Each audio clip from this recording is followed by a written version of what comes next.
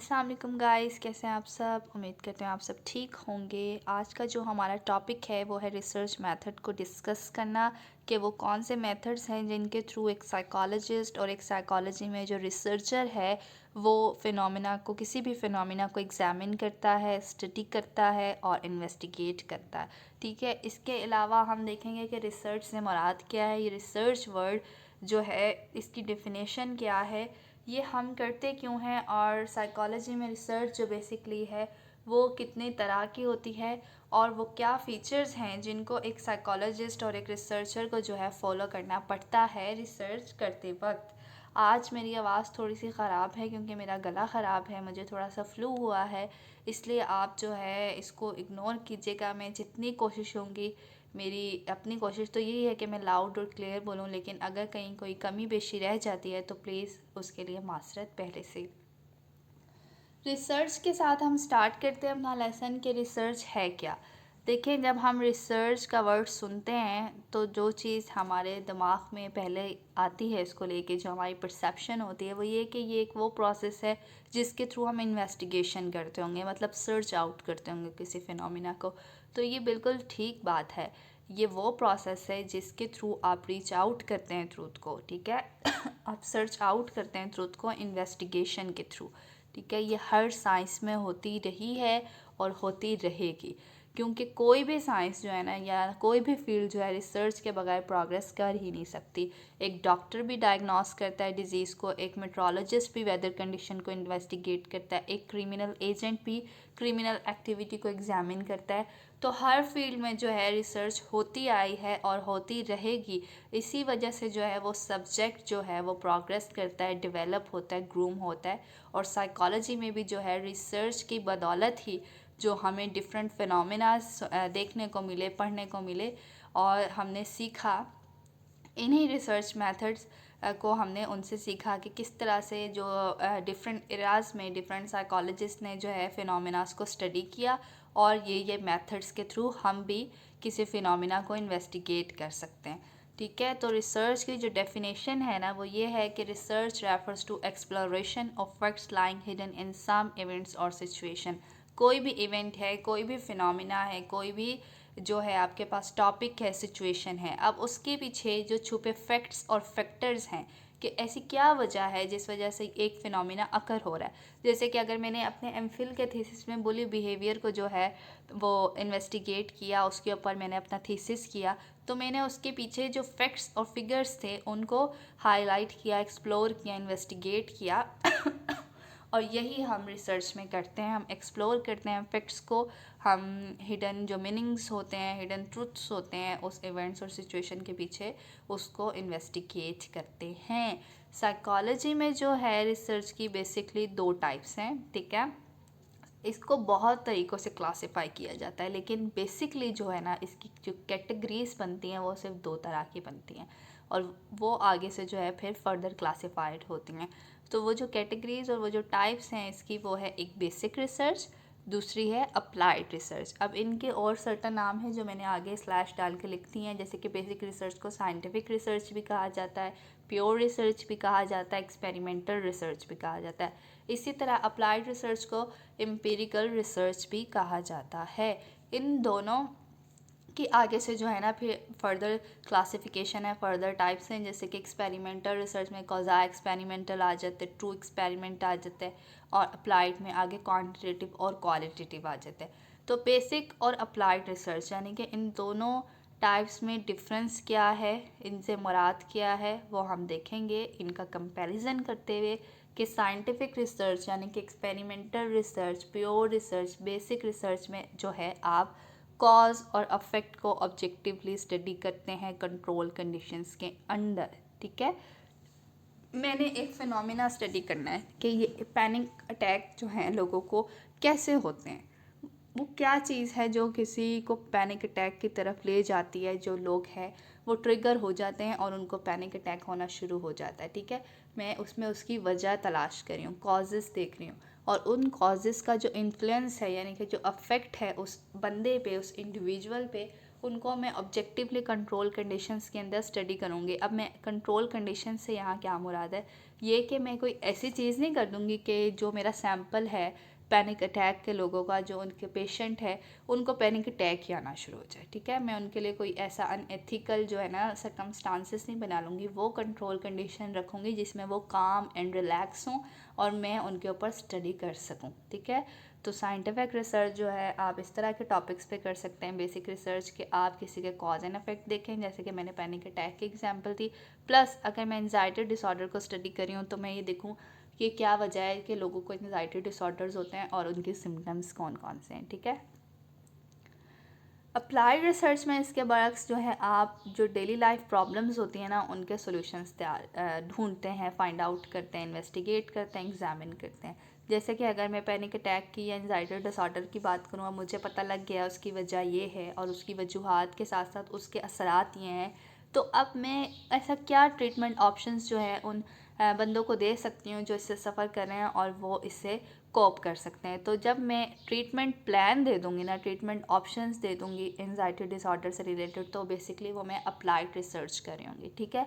इसकी एक और एग्जांपल मैंने लिखी थी कि वो कौन से तरीके हैं जिसके ज़रिए जो है ना किसी भी वर्क प्लेस में काम करने वाले जो किसी भी फैक्ट्री के एम्प्लॉयज़ हैं, उसके जो वर्कर्स हैं, उनकी मैं प्रोडक्टिविटी लेवल्स इंक्रीज़ कर सकती हूँ, ठीक है। उनके काम को बेहतर बना सकती हूँ। तो उनकी जो डेली लाइफ रूटीन है, ठीक है, उसमें जो उनको प्रॉब्लम्स आ रहे हैं उनका जब मैं सोल्यूशन उनको प्रोवाइड करूँगी तो वो जिस शेल्टर के अंदर, जिस कैटेगरी के अंदर मैं कर रही होंगी उसको हम कहते हैं एम्पिरिकल और अप्लाइड रिसर्च, ठीक है। इसका जो डिफरेंशिएट है, ये बेसिक डिफरेंशिएट मैंने बताया, और अगर आप इसके बारे में डिटेल पढ़ना चाहते हैं तो मैं उस वेबसाइट का जो लिंक है वो डिस्क्रिप्शन बॉक्स में डाल दूँगी, आप उसको ज़रूर चेक कीजिएगा और इसको थॉरली जो है एक दफ़ा रीड आउट कर लीजिएगा। साइकोलॉजी के जो कुछ क्वालिटीज़ हैं, कुछ करेक्टरिस्टिक्स हैं, कुछ फीचर्स हैं जो उसको यूनिक और नॉवल बनाती हैं, और इन फीचर्स को हमें ज़रूर कंसीडर करना चाहिए रिसर्च करते वक्त, और साइकोलॉजिस्ट और रिसर्चर जो है इसको कंसीडर करते भी हैं। तो वो हम देखने जा रहे हैं कि वो कौन से फीचर्स हैं, कौन से एस्पेक्ट्स हैं जो साइकोलॉजिस्ट और रिसर्चर फॉलो करते हैं साइकोलॉजी में रिसर्च करते वक्त। सबसे पहले तो एक रिसर्च को ऑब्जेक्टिव होना चाहिए, इट शुड बी ऑब्जेक्टिव, ठीक है। उस पर आपकी सब्जेक्टिवनेस, आपका अपना ओपिनियन, आपकी अपनी बायसनेस जो है वो इन्फ्लुएंस नहीं करनी चाहिए, ठीक है। अगर मैंने अपने एमफिल के थीसिस में जो कंपैरेटिव स्टडी की है बुलीज और विक्टिम्स को लेके कि दोनों में से किसको जो है ज़्यादा प्रॉब्लम्स अपने इमोशन को रेगुलेट करने में होती है और किनकी जो परसेप्शन है अपनी सोशल कॉम्पिटेंसी को लेके, सोशल इंटरेक्शन को लेके, दोस्तियों को लेके ख़राब है या अच्छी है, वो अगर मैंने इन्वेस्टिगेट की है तो मैंने ऑब्जेक्टिवली उन्होंने जो मुझे रिस्पॉन्सेस दिए हैं उसकी बेस पे की हो, ठीक है। मैंने अपना उस पर सब्जेक्टिवनेस और अपनी ओपिनियन उस पर ना झाड़ी हो, ठीक है। मैंने उसको प्रिसाइसली, एक्यूरेटली और उसको रिलायबल और वैलिड बनाया हो। तो इसका जो सेकंड और थर्ड फीचर है वो यही है कि research should be reliable and valid, ठीक है। उसकी जो कंसिस्टेंसी है रिज़ल्ट की, अगर उसी डाटा को जो अगर 10 साल बाद भी कोई SPSS में डाले तो उसके सामने ये सेम रिज़ल्ट ही आए, वो रिलायबल हो, कंसिस्टेंट हो, एक्यूरेट हो, प्रिसाइज हो। प्लस जो चौथा इसका फीचर है वो ये कि एक रिसर्चर को कंट्रोल होना चाहिए अपने सोर्सेज पे। देखें, जब हम एक रिसर्च कर रहे होते हैं ना, एक डिसर्जन लिख रहे होते हैं, एक थीसिस लिख रहे होते हैं या रिपोर्ट लिख रहे होते हैं किसी भी केस हिस्ट्री की, तो हमारे पास ना एक बल्क ऑफ डाटा होता है, बहुत सारी इन्फॉर्मेशन होती है। अब उसमें से मैंने उसको प्रिसाइजली और एक्यूरेटली किस तरह रिपोर्ट करना है ये मेरे ऊपर है। तो मेरे पास सोर्सेज तो बहुत हैं, ठीक है, मेरे पास बहुत सारी इन्फॉर्मेशन है, लेकिन अब मैंने उसको कंट्रोल कैसे करना है, ठीक है, वो मेरे ऊपर है। तो रिसर्चर को रिसर्च करते वक्त इस बात का बहुत ख्याल रखना है कि उन सोर्सेज को उसने कंट्रोल कैसे करना है, और उसको कंट्रोल होना भी चाहिए अपने सोर्सेज पे, ताकि वो प्रिसाइसली और एक्यूरेटली जो है ऑथेंटिक रिज़ल्ट जो है प्रोवाइड कर सके, ठीक है। तो ये फीचर्स जब आप रिसर्च करने जाएंगे इंशाल्लाह ताला अल्लाह आपको इतनी कामयाबी दे कि आप अपना डायसर्जन और अपना थीसिस लिखें और रिपोर्ट करें अपने केसेस को, तो आप ज़रूर इसको मद्देनज़र रखिएगा। और ये एथिक्स भी हैं रिसर्च कंडक्ट करने के, और आपने इनको बिल्कुल निगलेक्ट नहीं करना। रिसर्च हमने पढ़ ली कि रिसर्च है क्या, और ये किसी भी सब्जेक्ट को किस तरह जो है प्रोग्रेस उसकी कैसे मुमकिन है इसके थ्रू, उसके फीचर्स कौन से हैं और साइकोलॉजी में कितनी टाइप्स की जो है रिसर्च होती है। अब हमें ये पता लग गया है, तो अब हम रिसर्च कर कैसे सकते हैं, वो कौन से मेथड्स हैं जो साइकोलॉजिस्ट और रिसर्चर यूज़ करते हैं साइकोलॉजी में, तो वो हम वन बाय वन डिस्कस करेंगे। कि सबसे पहले आता है ऑब्जर्वेशनल मेथड, फिर आता है एक्सपेरिमेंटल मेथड, फिर आता है सर्वे मेथड, फिर आता है केस हिस्ट्री मेथड। अब मैं इसको जर्नली थोड़ा थोड़ा बता देती हूँ क्योंकि डिटेल हम वन बाय वन इनकी डिस्कस करेंगे। ऑब्जर्वेशनल मेथड में जो है ना, आपने किसी को डायरेक्टली ऑब्जर्व करके एग्जामिन करना होता है, ठीक है, यानी कि किसी को देख के आपने जो है ना एग्जामिन करना होता है। मेरे सामने एक बंदा बैठा है, ठीक है, वो अब क्या बिहेवियर डिपिक्ट कर रहा है या वो अपने क्या इनर स्टेट्स बता रहा है। आगे से ऑब्जर्वेशन की बहुत सारी टाइप्स भी हैं, वो भी हम डिस्कस करेंगे। तो जब मैं उसको केयरफुली वॉच कर रहे होंगे, एग्जामिन कर रहे होंगे, तो मैं ये मेथड जो है परफॉर्म कर रही होंगी, ठीक है। एक्सपेरिमेंटल मेथड के अंदर आप पूरा एक एक्सपेरिमेंट कंडक्ट करते हैं, ठीक है, कंट्रोल कंडीशंस के अंदर कॉज एंड इफेक्ट को स्टडी करते हैं।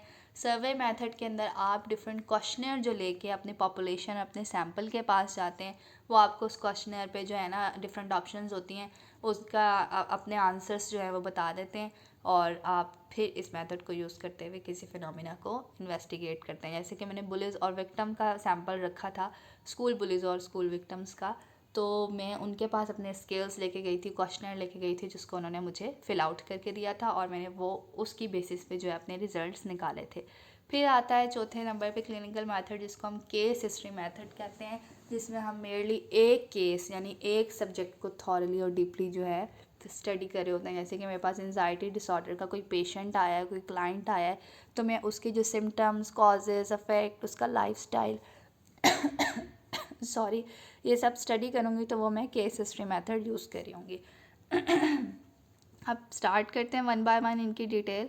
ऑब्जर्वेशनल मेथड से कि ऑब्जर्वेशन होती क्या है। जैसे कि मैंने पहले बताया, ऑब्जर्वेशन का मतलब है किसी चीज़ को केयरफुली वॉच करना और उसको एग्जामिन करना। इसके थ्रू ही आप कलेक्ट कर सकते हैं इंफॉर्मेशन किसी की इनर स्टेट के बारे में और किसी की जो आउटवर्ड बिहेवियर, आउटवर्ड रिएक्शन है उसके बारे में, ठीक है। ऑब्जर्वेशन के थ्रू जो है आप कलेक्ट कर सकते हैं इंफॉर्मेशन। सबसे पहले इसमें जो टाइप आती है वो इंट्रोस्पेक्शन है, जो इसकी दूसरी टाइप है वो एक्सटर्नल ऑब्जर्वेशन है, जो इसकी तीसरी टाइप है वो इंटरनल ऑब्जर्वेशन है। इंट्रोस्पेक्शन से मुराद ये है कि इंसान की जो अपनी इनवर्ड स्टेट चल रही है ना, जो अभी उसके कॉन्शियसनेस में उसका मेंटल प्रोसेस चल रहा है, जो उसकी मेंटल स्टेट चल रही है कि वो अभी कैसा फील कर रहा है, क्या महसूस कर रहा है, वो जब आपको वर्बली बताएगा, ठीक है, अपनी पोजीशन को, अपनी मेंटल स्टेट को एनालाइज करके आपको वर्बली बताएगा कि मैं ये फ़ील कर रहा हूँ और इसके फ़ील करने से मुझे ये होता है। तो वो इंट्रोस्पेक्शन जो है आप परफॉर्म कर रहे होंगे, इंट्रोस्पेक्शन के थ्रू जो है आप उसको एनालाइज कर रहे होंगे। एक्सटर्नल ऑब्जर्वेशन में आप किसी इंडिविजुअल का जो एक्सटर्नल बिहेवियर है, जो रिएक्शन वो किसी मेंटल प्रोसेस के थ्रू अकर कर रहा है और जो आप देख सकते हैं, वो आप स्टडी करते हैं। इंटरनल ऑब्जर्वेशन में जो है आप किसी इंडिविजुअल को जो है उसकी नेचुरल इन्वायरमेंट में जाके जो स्टडी करते हैं। तो वन बाय वन इनकी डिटेल देखते हैं कि इंट्रोस्पेक्शन होता क्या है। Introspection is basically knowing about the state that go in the mind all the time. हमारे दिमाग में हर वक्त कुछ ना कुछ चल रहा होता है, ठीक है। इस वक्त जो मेरी मेंटल स्टेट्स है, अगर मैं उसको एनालाइज करके आपको वर्बली बताऊंगी तो आप जो है ये मेथड मुझ पर अप्लाई करेंगे। इस मेथड के थ्रू जो है ना मुझे ऑब्जर्व करे होंगे। इस मेथड को सबसे पहले अप्लाई करने वाला सेंट ऑगस्टीन यानी कि ग्रीक फिलोसोफर था। उसके बाद मॉडर्न एरा में, साइंटिफिक पीरियड में इसको जिन लोगों ने एम्प्लॉय किया या अप्लाई किया इस मेथड को, वो टिचनर और वुंड थे, ठीक है। ये बेसिकली जिन स्कूल ऑफ थॉट के अंदर प्रैक्टिस हुआ वो स्ट्रक्चरलिज्म और फंक्शनलिज्म है। इनके अंदर जो साइकोलॉजिस्ट थे उन्होंने इस मेथड को जो है भरपूर तरीके से यूज़ किया और इसके थ्रू जो है इंफॉर्मेशन कलेक्ट की डिफरेंट इंडिविजुअल्स की। जब कोई चीज़ आती है तो वो अपने साथ प्रॉस एंड कॉन्स यानी कि एडवांटेजेस और डिसएडवांटेजेस भी लाती है, ठीक है। इसी तरह इंट्रोस्पेक्शन के भी कुछ एडवांटेजेस और डिसएडवांटेजेस हैं जिनको हम वन बाय वन डिस्कस करेंगे। कि देखें, मैं आपको अपनी इनर स्टेट के बारे में बता रही हूँ, अपनी फीलिंग्स के बारे में बता रही हूँ, तो आपको मेरे माइंड तक की एक्सेस मिल रही है। तो इसका सबसे बड़ा एडवांटेज यही है कि आप इसके थ्रू जो है किसी भी क्लाइंट के माइंड की एक्सेस जो है वो यकीनी बना सकते हैं। साथ में उसके मेंटल डिसऑर्डर या जो भी मेंटल कंडीशन से सफ़र कर रहा है उसके बारे में डायग्नोस कर सकते हैं। प्लस आपको फ़ौरी तौर पे पता लग जाता है कि आपने उसके लिए क्या करना है, क्या पॉसिबल सॉल्यूशंस देने हैं, इमीडिएट मेजर जो है वो कर सकते हैं। इजी मेथड कंसीडर किया जाता है, इकोनॉमिकल है, कोई इतना महंगा और इतनी एफर्ट्स प्रॉपर ट्रेनिंग की आपको इसमें ज़रूरत नहीं पड़ती। साथ में ये आपको एक बेस दे देती है एक्सटर्नल ऑब्जर्वेशन की। फॉर एग्ज़ाम्पल, अगर मैंने आपको बता दिया है कि मैं आजकल बहुत उदास हूँ या मुझे बहुत उदासी फील होती है और मुझसे कुछ खाया पिया नहीं जाता, मेरा दिल नहीं करता, मैं किसी से बात नहीं करूँ, तो ये जो है ना मेरा जो आउटवर्ड बिहेवियर है, मेरा रिएक्शन है, उसकी बेस बना रहा होगा, ठीक है। आप इसकी बेस पे जो है ना मुझे फिर आउटवर्डली ऑब्ज़र्व करेंगे कि मैं बैठी कैसे हूँ, मेरी बॉडी लैंग्वेज क्या डिपिक्ट कर रही है, मेरे हाथ की मूवमेंट क्या है, मेरी आंखों का जेस्चर्स कैसा है, मैं किस तरह के जो है फेशियल एक्सप्रेशंस दे रही हूँ। तो वो जो एक्सटर्नल ऑब्जर्वेशन की बेस बनती है ना, बेसिकली वो इस मेथड के थ्रू बन सकती है। इसके जो डिसएडवांटेजेस हैं वो ये कि अनसाइंटिफिक मेथड कंसीडर होता है, क्योंकि आप इसको वेरीफाई नहीं कर सकते कि मैं 100% एक्यूरेट जेन्युइन इंफॉर्मेशन आपको दे रही हूँ या नहीं, मैं हो सकता फेक कर रही हूँ। तो जिस चीज़ को आप वैलिड नहीं कह सकते, रिलायबल नहीं कह सकते, एक्यूरेटली उसको टेस्ट उस पर एक्सपेरिमेंट्स नहीं कर सकते, या उसको कोई टेस्ट लगा के उसकी जो है ना वेरिफिकेशन नहीं कर सकते कि ये जेन्युइन भी है या नहीं, तो वो मेथड अल्टीमेटली अनसाइंटिफिक हो जाता है, जिस तरह ये मेथड है। और साथ में हमारे जो मेंटल प्रोसेसेस हैं वो बदलते हैं। हमने पहले लेक्चर से ये बात की है कि मेंटल फंक्शंस जो हैं वो परफॉर्म होते हैं रेपिटेडली, कॉन्टीन्यूसली, एक के बाद एक फंक्शन परफॉर्म हो रहा होता है हमारे दिमाग में। तो ये जो चेंजेबल कंडीशंस हैं वो इस पर अफेक्ट हो सकती हैं। हो सकता है मैं अभी सैड फील कर रही हूँ, अगले मोमेंट ना कर रही हूँ, नहीं कर सकती ना, ये पॉसिबल तो नहीं है कि मैं अगर तो ये मैं प्रेसिस्टेंट 6 मंथ तक इसी तरह फील करें तो ऑब्वियसली मैं तो डिप्रेशन का शिकार हूँ, ठीक है। आप वो फिर डायग्नोस कर लेंगे। लेकिन अगर ये आम सी उदासी है और अगर लम्हे ये चेंज हो जाती है, तो फिर आप कैसे इसकी जो रिलायबिलिटी है वो कंसीडर कर सकते हैं। आप कैसे कह सकते हैं ये मेथड जो है रिलायबल मेथड है और इसी के थ्रू जो है हम डाटा कलेक्ट करेंगे? ऐसा नहीं होता। साथ में ये लिमिटेड है। देखिए, मैं सिर्फ आपको वो चीज़ एक्सप्लेन कर रही हूँ जो मेरे कॉन्शियस पार्ट में चल रही है, कॉन्शियस स्टेट में चल रही है। जो अभी जिस चीज़ से मैं वाकिफ़ हूँ, जिस चीज़ से मैं आशना हूँ, वो मैं आपको बता रही हूँ। लेकिन जो मेरे दूसरे माइंड के पार्ट हैं, जो सबकॉन्शियस और अनकॉन्शियस है, वो तो लिमिट हो गए ना, उसके बारे में तो बात ही नहीं हो रही। तो माइंड का एक हिस्सा हम इग्नोर कर रहे हैं ये मेथड को अप्लाई करते वक्त, बड़ा हिस्सा इग्नोर करें। साथ में जो अब नॉर्मल इंडिविजुअल होते हैं या जो बच्चे होते हैं, वो अपने जो है इनर फीलिंग से आगाह नहीं होते, उनको बताना नहीं आता, और वो इस कंडीशन में भी नहीं होते कि वो आपको बता सकें, एक्सप्लेन कर सकें, और उसके जो है ना उस पर आप उनको एनालाइज कर सकें, ये मुमकिन ही नहीं है। तो ये डिसएडवांटेजेस थे इस मेथड के। और इसकी जो दूसरी टाइप है वो है एक्सटर्नल ऑब्जर्वेशन, जिसमें जो है एक साइकोलॉजिस्ट जो है वो साइंटिफिक स्टडी करता है किसी भी एक्सटर्नल रिएक्शन की, ठीक है। एक बंदा जो बिहेवियर डिपिक्ट कर रहा है, परफॉर्म कर रहा है, उसको जब वो ऑब्ज़र्व करेगा, उसकी साइंटिफिक स्टडी करेगा, तो वो एक्सटर्नल ऑब्जर्वेशन परफॉर्म कर रहा होगा, जिसमें वो नोट डाउन करता है इंडिविजुअल के एक्शंस, रिएक्शंस और उसके इन्वायरमेंटल फैक्टर्स। प्लस जो है ना ये बिहेवियरिस्ट का फेवरेट मेथड रह चुका है, क्योंकि behaviourism is all about behaviour. उसमें वो बिहेवियर के ऊपर ही, जो एक्सटर्नल बिहेवियर के ऊपर ही जो है एम्फेसिस करते हैं, और मेंटल प्रोसेसेस को जो है निगलेक्ट कर देते हैं। और बिहेवियर्स जो है ना, जिन्होंने सबसे ज़्यादा जो इंफॉर्मेशन कलेक्शन का मेथड यूज़ किया वो एक्सटर्नल ऑब्जर्वेशन था, ठीक है। इसी तरह जिस तरह इंट्रोस्पेक्शन के एडवांटेजेस और डिसएडवांटेजेस थे, एक्सटर्नल ऑब्जर्वेशन के भी कुछ एडवांटेजेस और डिसएडवांटेजेस हैं। जैसे कि इससे आपको असेस तो मिल रही है माइंड की। देखें, मैं जो बिहेवियर अभी परफॉर्म कर रही हूँ, हो सकता है वो आपको एक पिक्चर दे दे कि मेरे दिमाग में भी क्या चल रहा है, क्या सोचा है मैंने, तो मैंने इस तरह से परफॉर्म किया। साथ में ये साइंटिफिक मेथड जो है वो माना जाता है, क्योंकि इस मेथड की बदौलत आगे आगे आप इसके एक और एडवांटेजेस पढ़ेंगे तो आपको ये बात समझ आ जाएगी कि इस मेथड की बदौलत जब साइकोलॉजिस्ट को ये पता लग गया कि आप आउटवर्ड बिहेवियर जो असेस और एग्जामिन कर सकते हैं, तो अब इनवर्ड स्टेट के लिए हम टेस्ट बना लेते हैं। ठीक है, अगर मेरा कोई थॉट प्रोसेस चल रहा है या मेरी जो मेमोरी है, जो लर्निंग है, मेरी जो रीजनिंग है या इमेजिनेशन है, उसके लिए हम सर्टन साइकोलॉजिकल टेस्ट बना लेते हैं, डेवलप कर लेते हैं, ताकि हम अंदर की भी स्टेट जान लें और इस मेथड के थ्रू हम बाहर की भी जान लें।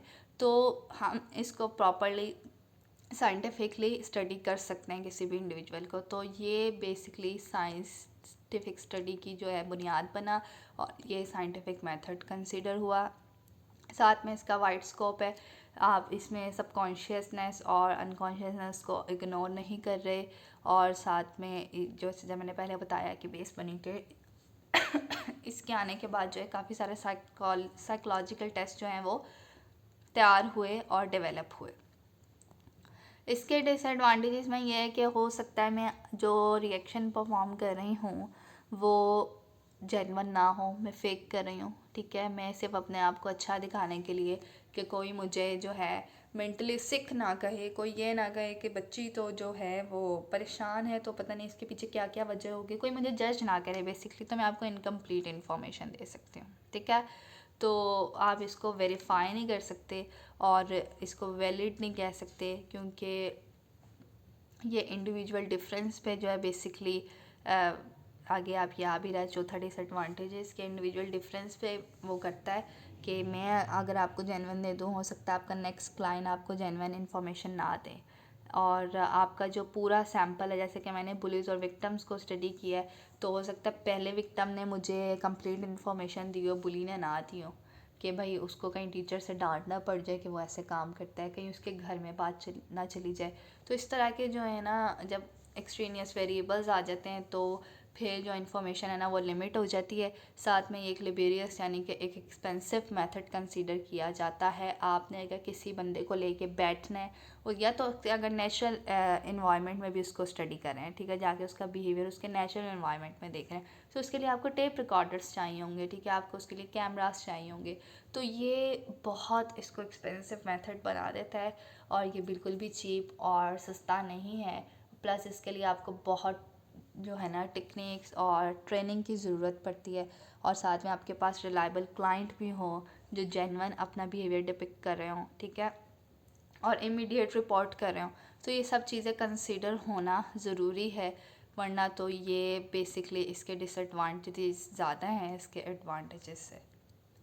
थर्ड जो ऑब्जर्वेशन की टाइप है वो है नेचुरलिस्टिक ऑब्जर्वेशन। इसके नाम से जैसे आपको पता लग रहा होगा कि आप नेचुरल तरीके से किसी को एग्ज़ामिन करना, ऑब्ज़र्व करना है, यानी कि उसके नेचुरल इन्वायरमेंट में जाके।